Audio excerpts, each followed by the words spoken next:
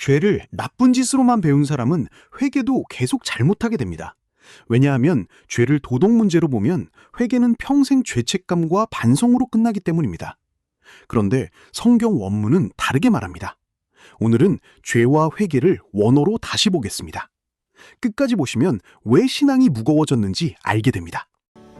왜냐하면 오늘 이야기는 우리가 너무 익숙해서 더 이상 의심하지 않았던 죄라는 개념을 히브리어 원문이 말하는 본래 의미로 다시 정확히 바라보게 만들 것이기 때문입니다.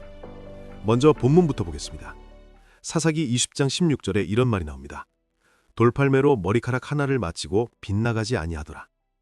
여기서 빗나가지 않았다는 표현이 히브리어로는 하타하지 않았다는 말입니다. 즉 성경에서 죄라는 단어는 처음부터 나쁜 짓이 아니라 표적을 놓치지 않음, 빗나감의 언어로 쓰였습니다. 이제 원문으로 들어가겠습니다. 히브리어에서 죄로 번역되는 핵심 단어는 하타인데요. 이 단어의 기본 의미는 놓치다, 빗나가다, 표적에서 벗어나다입니다. 그러니까 죄는 방향이 틀어진 상태가 핵심입니다. 내비게이션을 떠올려 보세요. 출발할 때 길이 1도만 틀어져도 처음엔 티가 안 납니다. 그런데 계속 가면 완전히 다른 곳에 도착합니다. 죄가 무서운 이유는 한 번의 실수가 방향을 바꿔서 인생을 통째로 끌고 가기 때문입니다.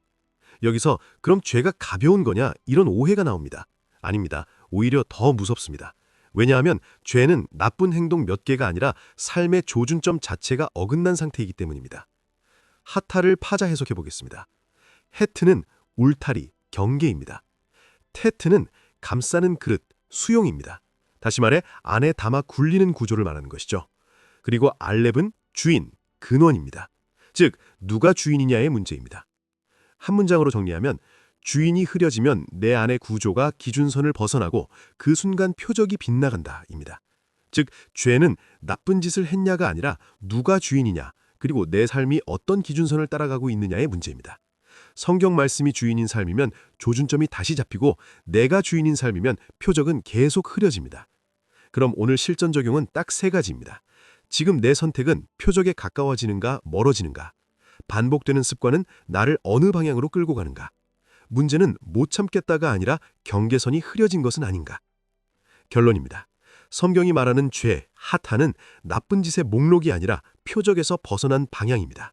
이걸 알면 죄를 해결하는 길도 바뀝니다. 죄책감이 아니라 회개, 테슈바, 방향 전환이 필요해집니다. 다음 영상에서 율법의 오해를 깨겠습니다. 토라는 규칙이 아니라 방향을 가르치는 말입니다. 죄가 표적에서 벗어남이라면 토라는 표적을 다시 잡는 안내서, 원문으로 이어가겠습니다. 그렇다면 회개도 다시 봐야 합니다. 죄가 나쁜 짓 목록이 아니라 방향에서 벗어난 것이라면 회개는 단순히 울고 반성하는 것이 아닙니다. 회개는 방향을 다시 돌이키는 것입니다. 이건 감정 이야기가 아닙니다. 성경이 실제로 말한 회개입니다. 오늘 영상 끝나면 회개했다는 말이 이전처럼 가볍게 나오지 않을 겁니다. 먼저 성경 말씀부터 보겠습니다. 에스겔 38장 30절에 너희는 돌이켜 죄악을 떠나라. 여기서 번역된 단어가 바로 우리가 알고 있는 회개입니다. 사실 성경 원문에는 울어라, 빌어라, 후회해라 라는 그런 말이 없습니다. 원문은 단 하나의 동사입니다. 테슈바인데요. 테슈바는 히브리어 동사 슈브에서 나왔고 뜻은 단순합니다. 돌아오다, 방향을 바꾸다, 되돌리다. 감정을 바꾸라는 게 아닙니다. 행동 이전에 방향을 말하는 것입니다. 그래서 성경에서 회개는 눈물보다 먼저 삶의 전환으로 말합니다. 파자 해석하면 뜻이 더 명확해집니다. 테슈바를 자음으로 쪼개보면 이렇습니다. 타브는 표식, 언약, 기준입니다. 그리고 쉬는 압박, 불, 깨어짐입니다. 바브는 연결이고 벳은 집, 삶의 구조이고 해는 드러남, 호흡, 생명을 말하는 것이죠. 통으로 해석하면 삶을 지배하던 압박과 기준이 깨지고 새 기준과 다시 연결되어 삶의 구조 자체가 바뀌는 것입니다. 즉, 나는 잘못했어요가 아니라 나는 진리의 말씀으로 살겠다라는 선포입니다.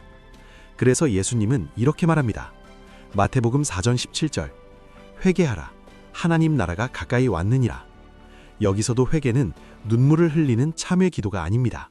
왜냐하면 나라가 왔기 때문입니다. 통치가 바뀌었으니 방향을 바꾸라는 겁니다. 다시 말해 지금까지 잘못된 말씀에서 진리의 말씀으로 돌이키라는 말입니다. 신약 헬라어도 같습니다.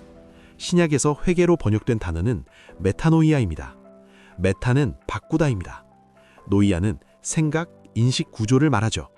즉, 생각을 고쳐라가 아니라 생각이 작동하는 틀 자체를 바꾸라는 말입니다. 여기서 팩트가 있습니다. 성경에서 회개하지 않은 사람은 죄를 많이 지은 사람이 아닙니다. 회개하지 않은 사람은 삶의 기준을 바꾸지 않은 사람입니다. 그래서 교회에 오래 다녀도 지옥 구조 안에 사는 사람이 있는 겁니다. 결론입니다. 회개, 테슈바는 울고 빌어서 용서받는 행위가 아닙니다.